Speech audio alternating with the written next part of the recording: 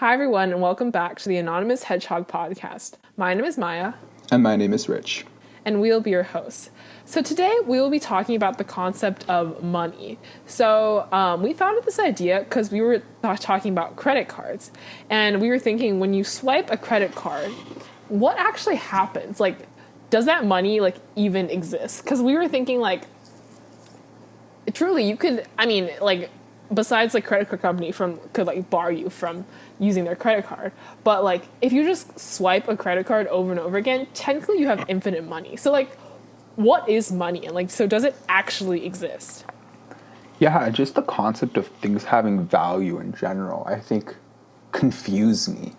Who is because everything has a price tag on it, but that price tag is so subjective because it depends on where you are and what the demand for something is.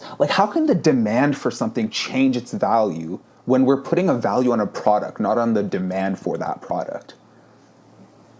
Yeah, I think it's the idea of in economics, supply and demand, kind of when I've never really understood, I understand it on kind of a theoretical basis, but I don't really understand how it's actually applied. Because so the idea is that if a lot of people demand a product, right, the price will go up. But I don't really get how that happens. You know what I mean?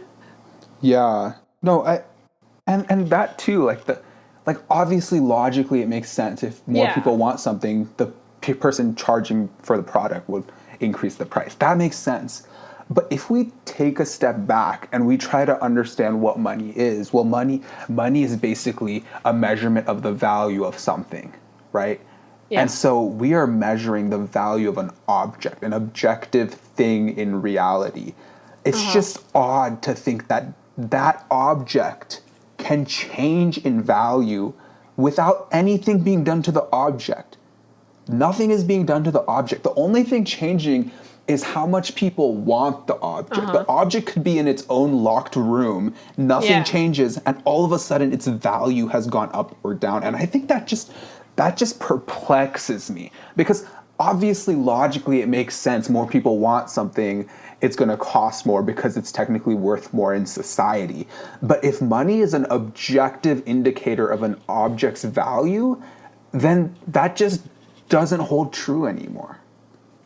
I don't necessarily think, I'm not sure if it is objective. I feel like that just says that nothing actually has value. It's what we give it value. So I remember there was this economist talking about how the amount of work, or the amount of the labor that you put into making something doesn't actually define how much it's worth. Because for example, if I spend 10 years making a brick, right, made out of metal, no one's going to want to buy that, even though I put a lot of time and effort into it, and my time was valuable, right? But if no one wants to buy it, then it's worth nothing. Yeah, so it's the whole concept of things don't have an intrinsic value just attached to them. Yeah. That brick has properties. It has a color. The color is red. It has a weight, right? Let's say it's 5 pounds. It's a huge brick. And it has a spot in reality, it's on top of a table. But it doesn't have a value associated with it. That's not a physical property. That's a property we give to as a society. And I think that's just odd. That's just odd. It doesn't make sense to me. And I feel like it's always interesting to kind of talk about, because you were talking about kind of relative to where you are, the value of something.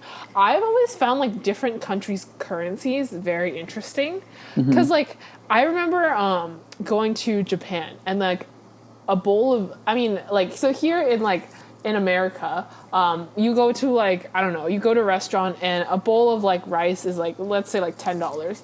But then I remember going to Japan, it's 50,000 yen. And I find it so weird how different countries have created kind of different currencies that large, if that makes sense. Why would they why 50,000? You know what I mean? And why would you not reduce that to a smaller number just for the sake of, I don't know, saving space or easy calculations and things like that? You know what I mean? I think these things did start with smaller numbers, and then inflation just screwed up the whole system. And now, for example, in Africa, I know a lot of currencies are up to like the millions just for like simple transactions. And yeah, just that concept of, I think what's interesting is not only like the value that an object has, but the value that the money has. Like in econ, we learn about like price level and how inflation is actually an indicator of how much the money is worth, which is just interesting because I thought money is an indicator of how much something is worth. So how can you indicate how much the money itself is worth?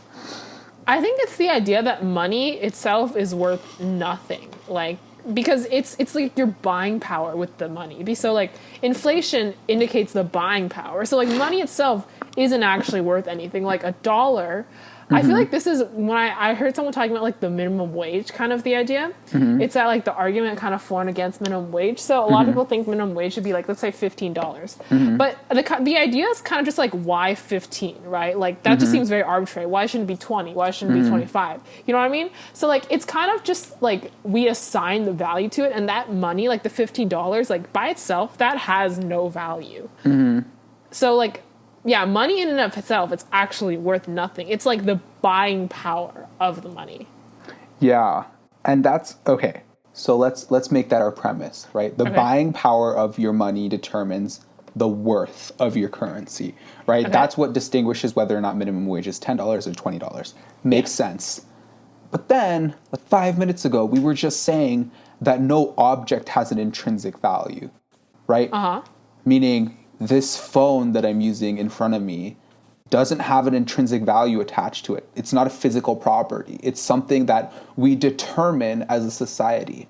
But if our money is subjectively determined and the value of our products are subjectively determined, then it's like the chicken and the egg problem again. Like which one came first? Did we use the money to price and put a value upon the objects, or did we use our objects to put a value upon our money? Oh, okay, that's kind of interesting. But I would say that in this case, the object probably did come first, right? Because like the money is, because the whole concept of like money is because of we used to use like the trade and barter kind of system. Like we used to trade like items. Like you have a phone and like like I don't know, you want like a car or whatever, and you like trade like two phones for like a car, something like that, right? But like, so money was kind of created so that we didn't have to kind of like, in case you didn't have something that I want, we could just have like a mutual like we have a thing in common that we can both want, which is money. But like the money doesn't actually have any value. It's just like what we can use. Like the money can then be used to buy what we want. Yeah, no, that, and like of course, like that makes sense, especially with the graphs of like supply and demand, right? Like the mutual agreement is when, they both intersect. Yeah. And like, of course, objects had to have come first because things were here. And then we created a system to basically standardize that. But it's like when you think about the graph, it just makes sense. Like supply and demand, the supply in the aggregate, meaning everyone's supply, versus the demand, meaning everyone's demand. And then there's a simple intersection, and that's what you set the price as. Yeah. But like in the real world, like I would be willing to pay $100 for the phone. You would be willing to pay $300 for the phone. And it's so easy to visualize on the graph as to like where the average person would pay, and that's where you would set it as. But like in the real world, just the fact that our values to different objects are so subjective just makes this whole thing so murky, because if we're all willing to pay different values for different objects, then are we even pricing our objects correctly?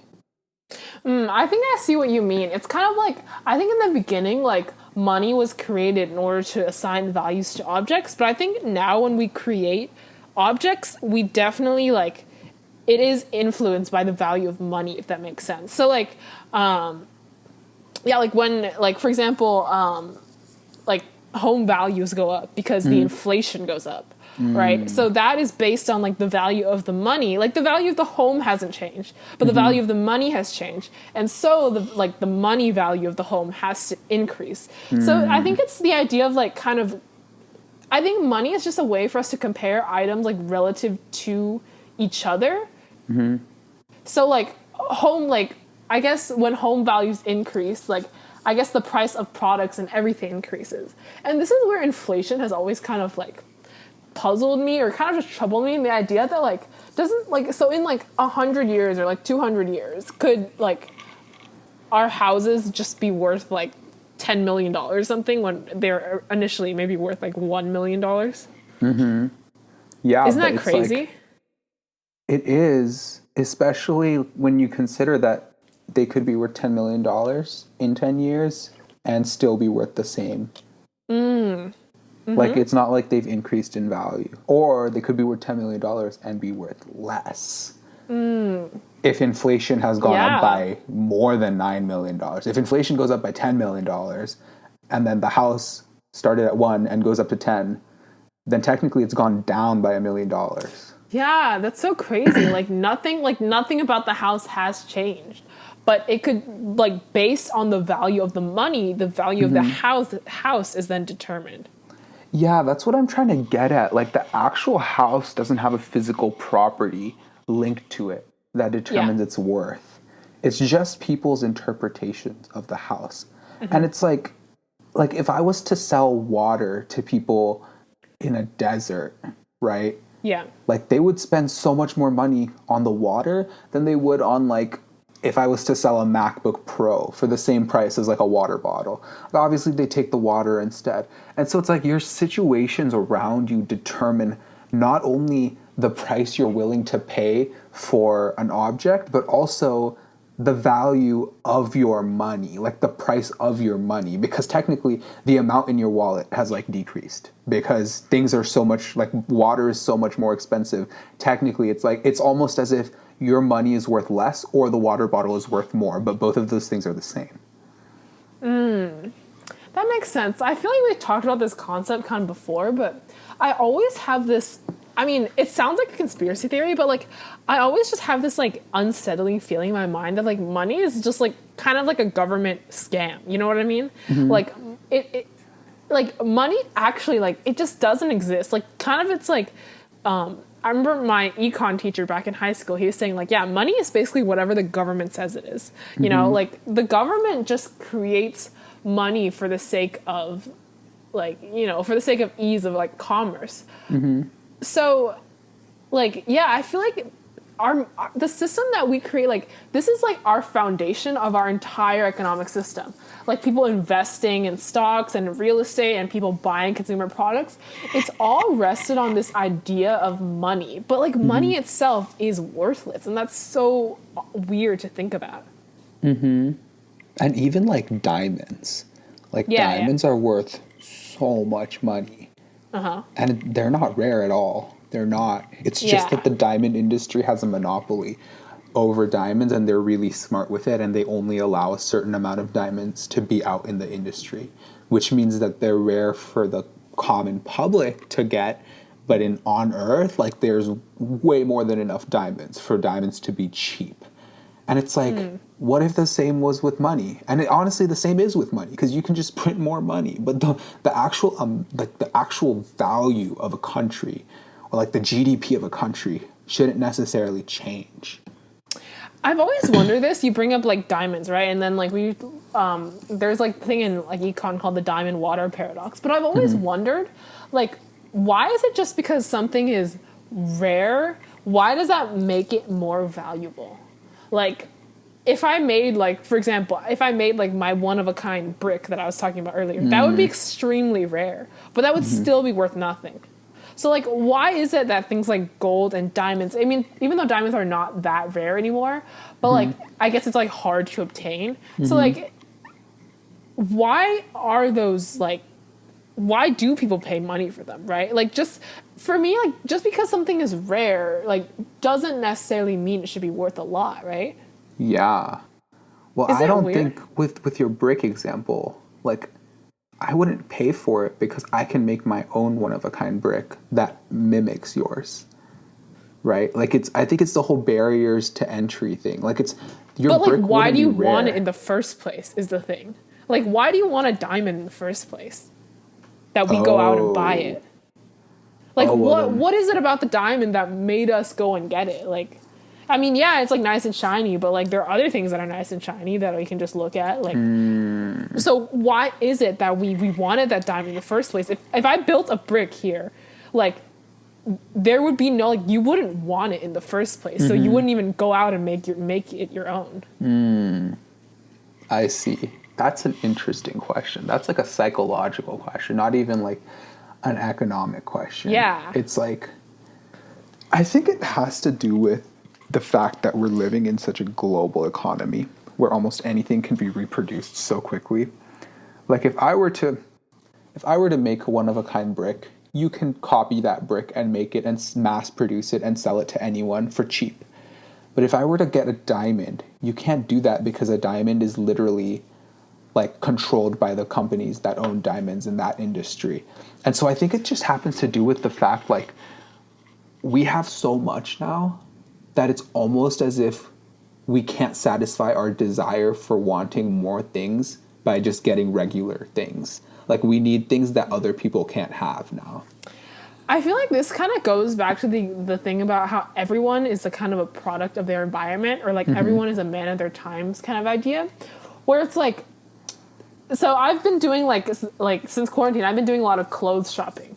And so I kind of thought of just like, why do you need, like, it's kind of like, this sounds stupid, like, why do we need clothes? Like, we don't actually need clothes, you know? But like everyone else around us wears clothes, so we like feel the need to buy clothes, right? And so we feel the need to dress up and look nice.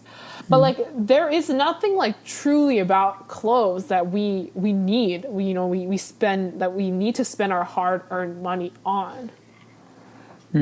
That's the kind of thing what I'm getting at. It's like, for example, like if I were just dropped in like the middle of nowhere, right?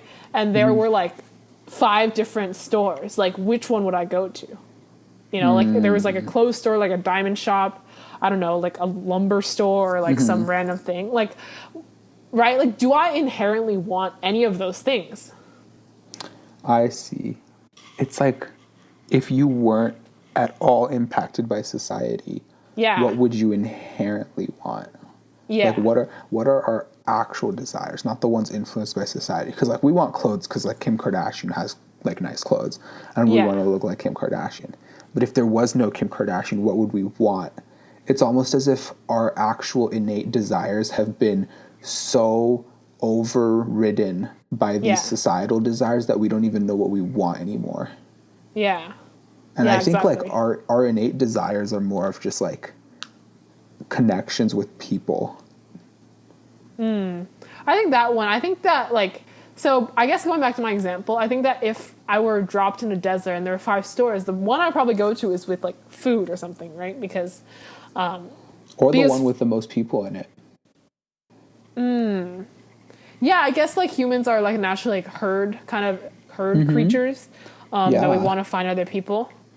Yeah, because it's like it's like, oh well, I want to, like I just got dropped in a random spot, I want to talk to people because that's inbuilt in my nature. And 2, it's like if all of these people are at the store buying this one thing, then I want to buy the same thing. It's the same reason why we want to buy diamonds. It's because everyone's buying diamonds now.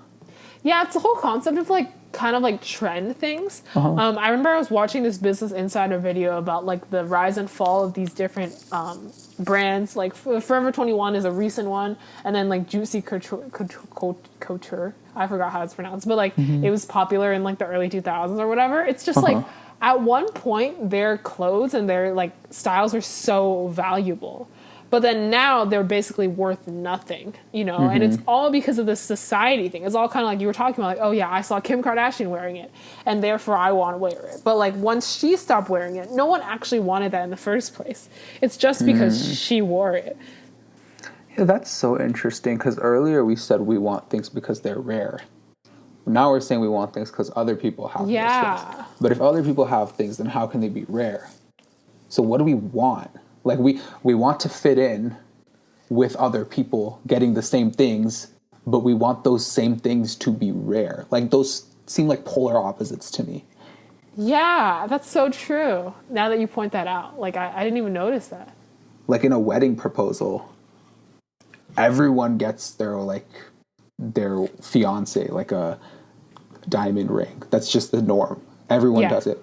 So how is the diamond rare then? Because obviously you're going to get her a diamond ring. So how is that rare?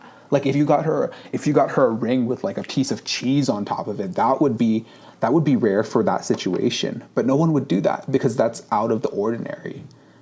Yeah, like it's like we want to fit in but also stand out. I think that as humans we do this a lot. Like I don't think this is only with like a materialistic thing. I think that like in terms of kind of our, let's say like our career goals or something, like we want to fit in society, but we also want to be extremely special.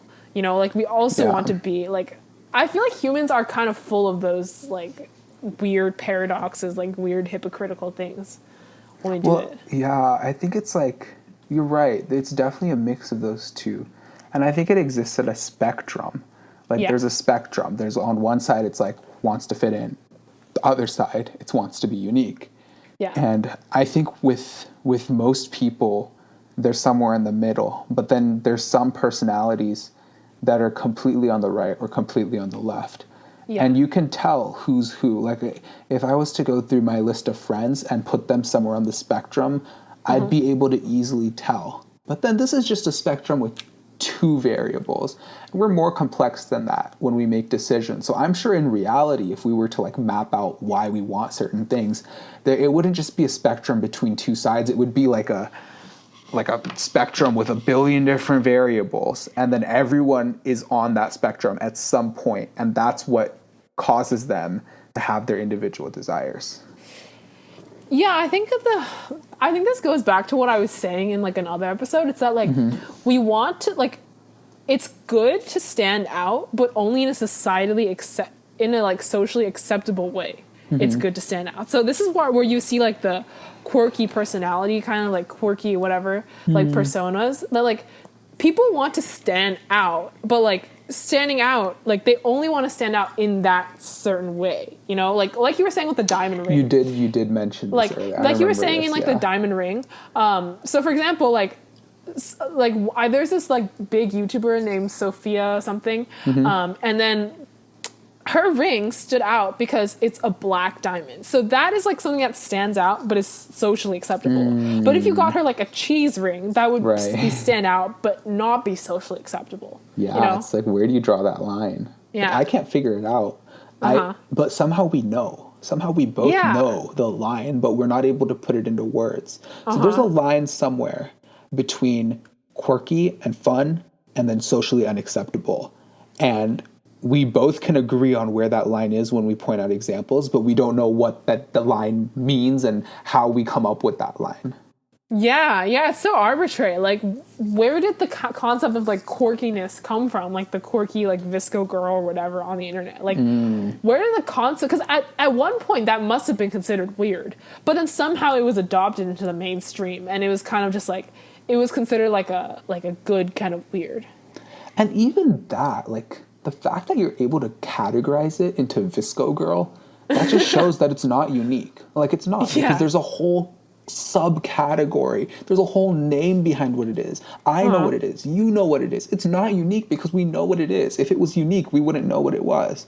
And so it's like, it's exactly like what you're saying. Like, it's like you want to be unique, but you also want to belong in a subgroup of all the people that are unique like you. But that like contradicts itself. Like, how can you be unique with other people?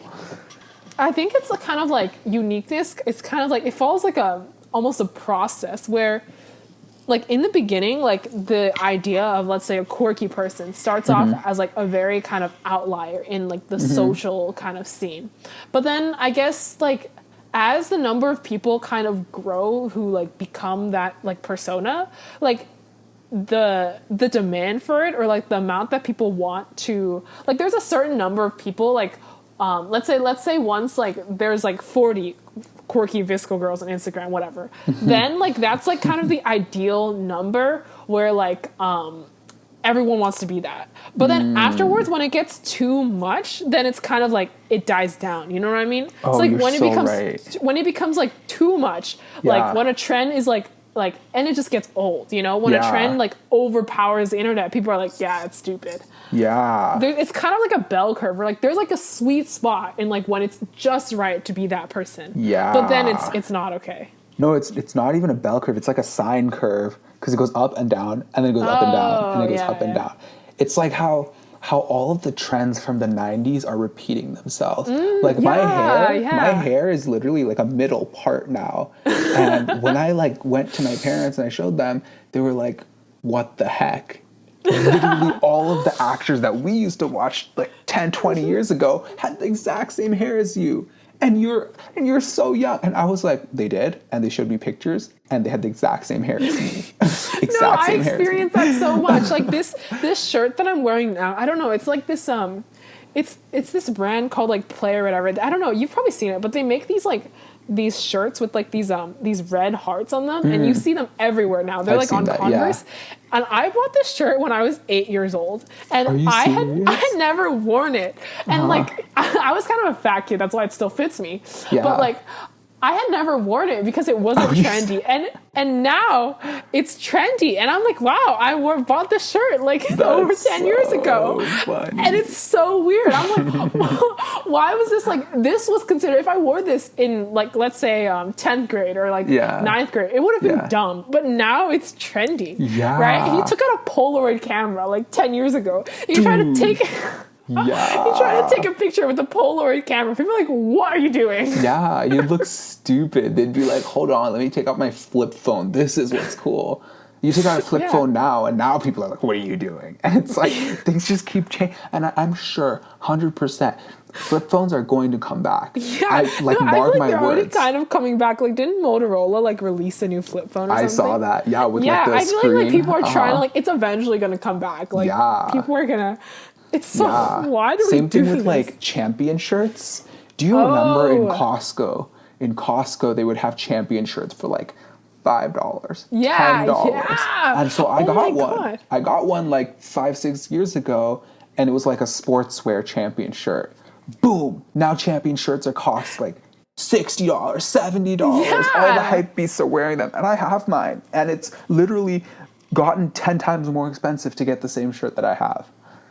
No, yeah, like I remember I used to see those shirts, like they're just like a gray shirt or whatever. It's just like, it's literally just like a I don't know, like a $5 shirt, but it's just so trendy now. Like Champion shirts are like the most basic shirt out there. They're literally just like a sweatshirt or shirt with a Champion logo on it. Like I used to have those in like elementary school, and now it's like so, like I see people selling it on like online kind of like sites for like $60, $70. It's crazy. Yeah. Which I guess that makes me think, like, from a business point of view. Yeah. If you want to start a new business and you don't have an idea, I guess just look back in time. You just take an old idea. Yeah. Wait, that's so smart. Wait, that's so interesting. Like you just revive something that was once popular. Yeah, like take cassette tapes. Because trust me, like you give the average teenage girl a cassette tape and you make it pink or whatever, and you make it look good, and you put like stickers on it. Like, trust me, every single one is gonna want one. I will want a cassette tape with like a Migos album on it or something like that. Like that would just be cool. You just start a company like that just revives old things, and like you'll be making money. But also, like, what is money? Money's worthless. So I don't know.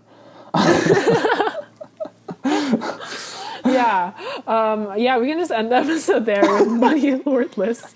I think that's a good point to wrap it up on. Yep. Okay, so thank you guys all so much for listening, and we'll see you all next time.